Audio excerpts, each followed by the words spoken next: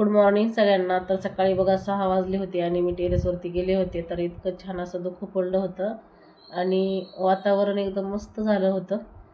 आणि नंतर मग मी खाली आले आणि झाडून वगैरे काढून घेतलं आणि नंतर आंघोळ वगैरे केली।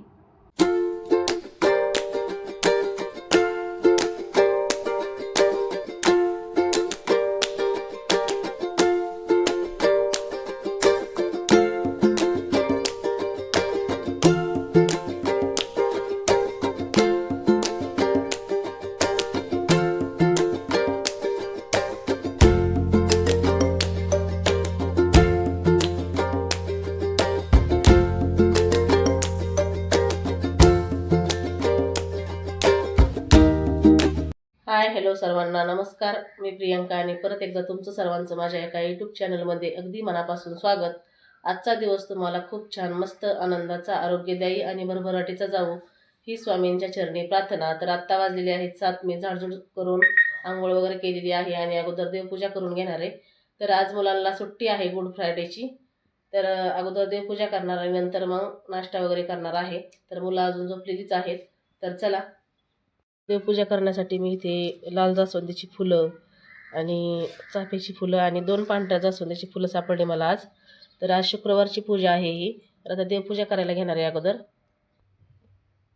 तर अगोदर मी दिवा लावून घेतला, इथे छोटीशी स्वस्तिकची रांगोळी काढली। आज शुक्रवार असल्यामुळे शुक्रवारची पण रांगोळी काढली। कळशावरचा नारळ धुवून काढला, त्यानंतर सर्व देवांना अंघोळ्या घालून घेतल्या, गंध हळदी कुंकू लावून घेतलं, माळा घालून घेतल्या।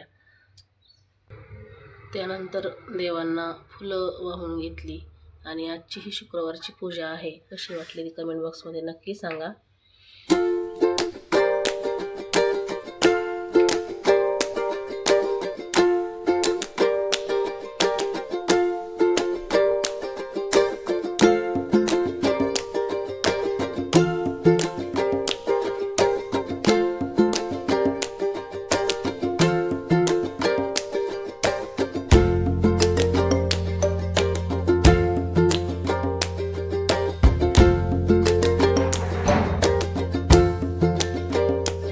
देवपूजा रांगोळी झालेली आहे। आता आले मी किचनमध्ये आणि आज नाश्त्याला पोहेच बनवणार आहे। तर पोहे बनवायला घेणार आहे अगोदर। पोहे बनवण्यासाठी मी 2-3 पाण्याने पोहे स्वच्छ धुवून घेतलेत, 2 कांदे चिरून घेतलेत, हिरव्या मिरच्या कट करून घेतल्या, शेंगदाणे घेतलेत, कढीपत्ता घेतला आणि बारीक चिरली कोथिंबीर घेतली। गॅसवरती कढई ठेवून आता मग मी पोहे बनवून घेणार आहे। पोहे बनवत असताना मी अगोदर शेंगदाणे तळून घेतले, त्यानंतर कांदा आणि हिरवी मिरची आणि कढीपत्ता छान लाल रंगावरती परतून घेतला। आता त्यामध्ये थोडीशी मी जिरी घालून घेणार आहे, मी थोडीशी हळद, थोडीशी कोथिंबीर फोडणीमध्ये टाकणार आहे आणि पोहे हलवून घेणार आहे।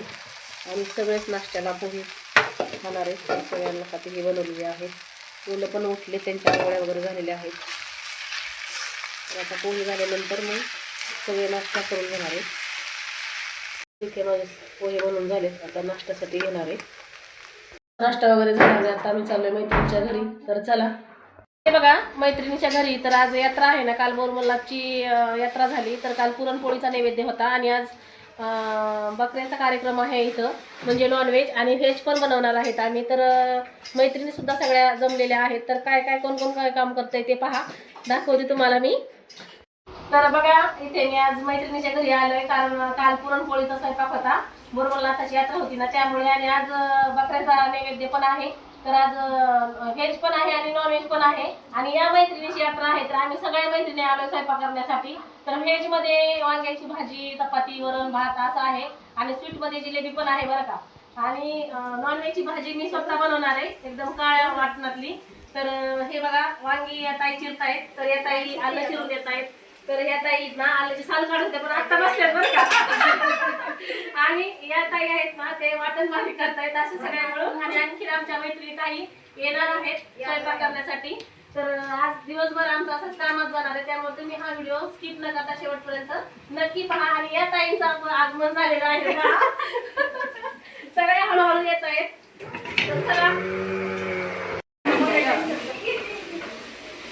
येते बघा, चपात्या चाललेल्या आहेत, त्या 2 ताई चपात्या लाटून देतात। तर ही ताई बघा कशी स्टूलवर बसून बसतीये आणि इकडं चाललंय वरण आणि इकडं मी बनवते मसाला वांग, मस्त भरलेलं वांग बनवायचे आणि आता भांडे घासते. तर अशा सगळ्या मिळून आम्ही स्वयंपाक बनवणार आहे आज.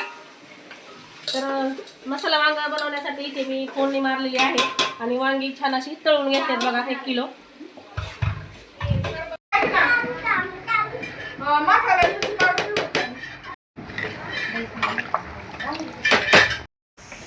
इकडे बघा 30 किलो मसाला देत आहे आणि चुलीवर आहे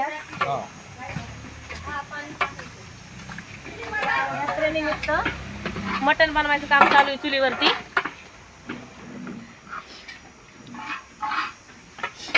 तर इथं बघा 5 किलो चिकन चुलीवर बनवायचं आपल्याला लपथपीत. आणि इकडं मावशी भाकरी बनवणार आहे चुलीवरती, भाकरी पण बनवायला चालू केलेल्या आहेत. तर 300 लोकांचा बेत आहे बघा. तर चुलीवर सगळं मस्त असं जेवण आज बनणार आहे यात्रेनिमित्त. तर त्यासाठी तुम्ही व्हिडिओ शेवटपर्यंत नक्की पहा. तर इकडे बघा भाऊजी छान मटण पातेल्यामध्ये हलवत आहेत. 31 किलो मटण आहे आणि चुलीवर बनवायचा बेत चालू आहे. तर आम्ही आता शिजायला टाकले ना, आत्ता वाजलेले आहेत 1. बघा मिठाचं मटण शिजून तयार झाले. आता आपण फोडणी मारायला घेणार आहे तिखटाची. तर इथं बघा घरचा घरगुती पद्धतीचा काळा मसाला घेतलाय, थोडंसं कढी पावडर घेतलेली, मटन मसाला घेतलाय आणि धना पावडर घेतली. कांदे चुलीमध्ये भाजून काळे करून घेतलेले 20-25. इथं तीळ घेतलं 1 पावशर आणि अर्धा किलो खोबरं वापरले. इथं 2 थोडे कोथिंबीर अशी बारीक कट करून घेतलेली आणि इथं थोडंसं मटणाचं सूप घेतलं आणि इथं घेतलेला आहे पाण्यामध्ये काढून. आपल्याला फोडणी मारायची नंतर मग त्या रशामध्ये घालून घ्यायची.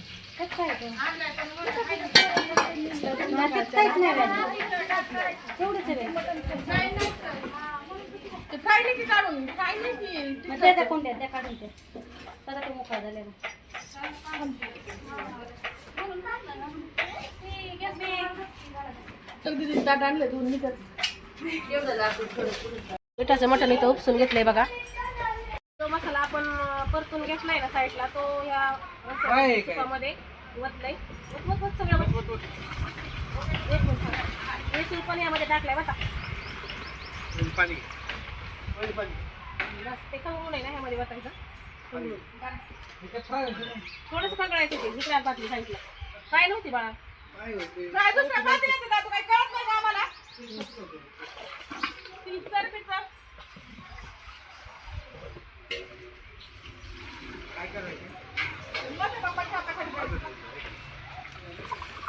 थोडा कालवा लागला.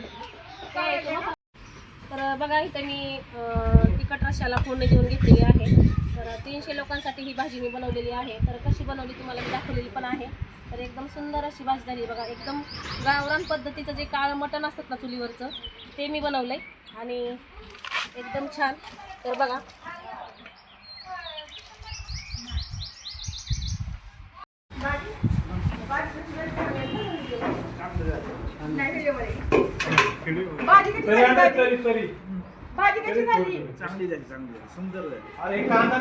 आता वाजले 7 आणि आम्ही आले हॉस्पिटलमध्ये.